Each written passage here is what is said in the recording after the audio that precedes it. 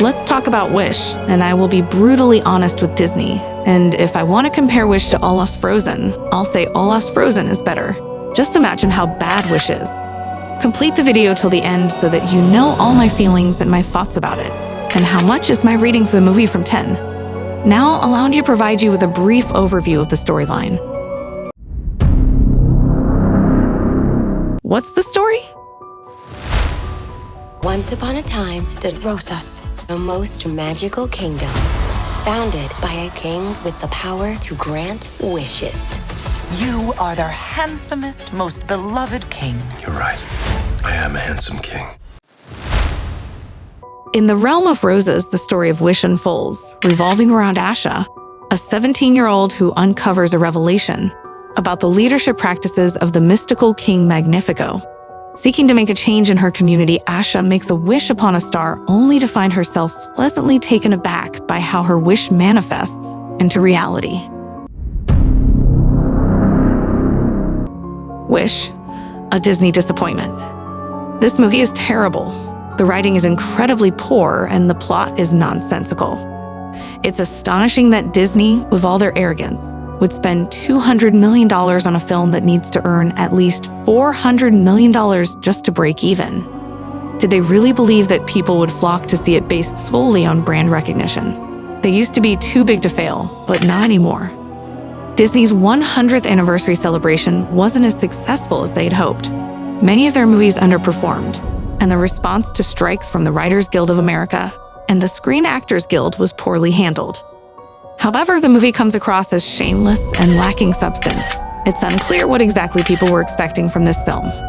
My expectations based on the trailers. I anticipated that this film would align more with Disney's classics, such as Snow White, Cinderella, Sleeping Beauty, and The Little Mermaid. Instead of that, we were presented with a story that lacked inspiration, bland characters, and an overwhelming number of references to past Disney films. I want to debunk the misconception that I dislike Disney's creative works, but unfortunately, it seems like they are only digging themselves into a deeper hole.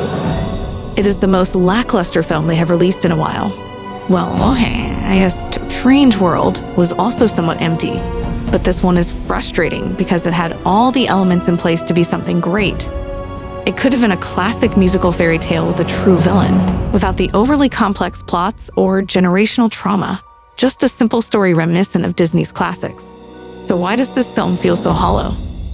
Wish is a movie that eagerly adheres to the strict definition of what a Disney film should be, but it never dares to be better or more memorable than any other Disney film that already exists. This film is okay. I don't hate Wish, but it is just okay in nearly every regard. But I was hoping for something good. I am not saying a great movie, but good, but Disney failed in this matter. If you're new to this channel, don't forget to click the subscribe button so you won't miss out on my videos. My goal is to reach 10,000 subscribers by the end of the year. I would greatly appreciate your support in helping me achieve that goal.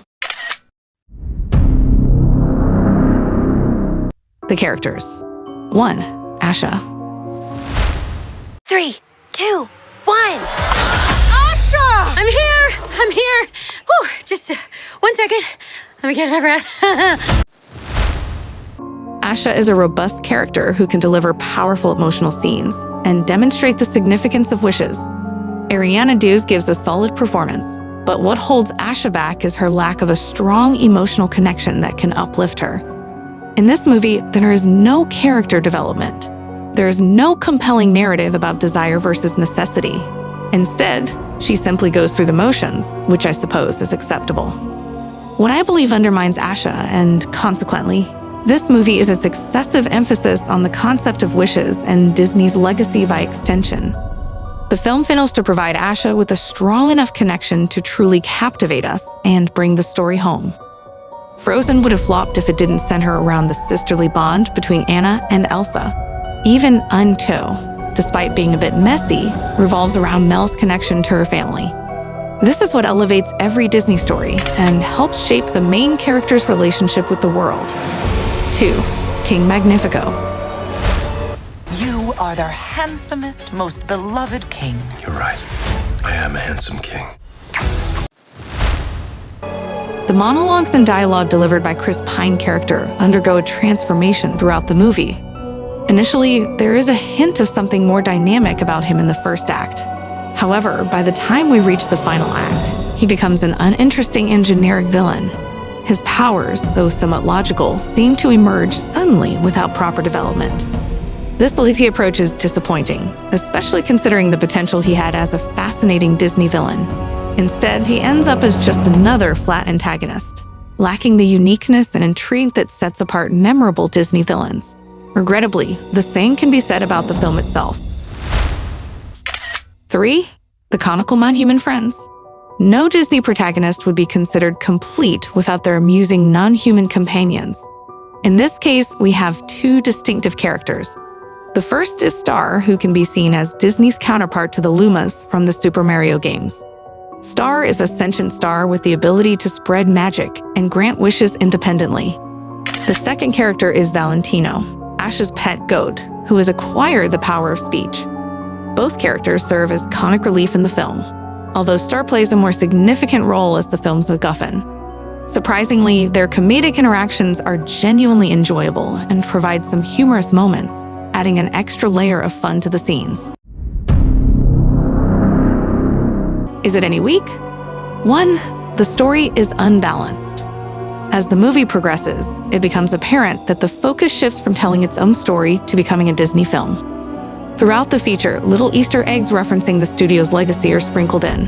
While this approach may be enjoyable for Disney fans, it creates a conflict within the movie itself. Wish once Asha and Star struggles to find a balance between being its own standalone movie and the celebration of Disney Big 100. As a result, the story becomes an afterthought, leading to predictable outcomes and character arcs that often fall into familiar tropes. Additionally, the tone of the film feels unpolished at times, giving the impression that it lacks a cohesive vision. 2. The songs. Wish stands out as a highly distinctive animated film, primarily due to its groundbreaking feature of having AI-generated song lyrics. While Disney songs have always held an iconic status, with recent ones being quite catchy and memorable, the music in Wishes falls flat. It can be described as mediocre at best, failing to live up to the expectations set by the genre. Despite the undoubtedly talented individuals involved in creating the soundtrack, it is undeniable that the result is disappointing. Each song in Wish is blind, can easily be classified as forgettable pop music. This lackluster musical aspect is particularly disheartening considering the film's purpose. None of the songs stand out or leave any lasting impact through their lyrics. I think that the most beautiful part when watching a movie is discussing the topic with other people. So tell me what you think about Wish. What you like about the movie, what you hate about the movie, and how much you give the film out of 10.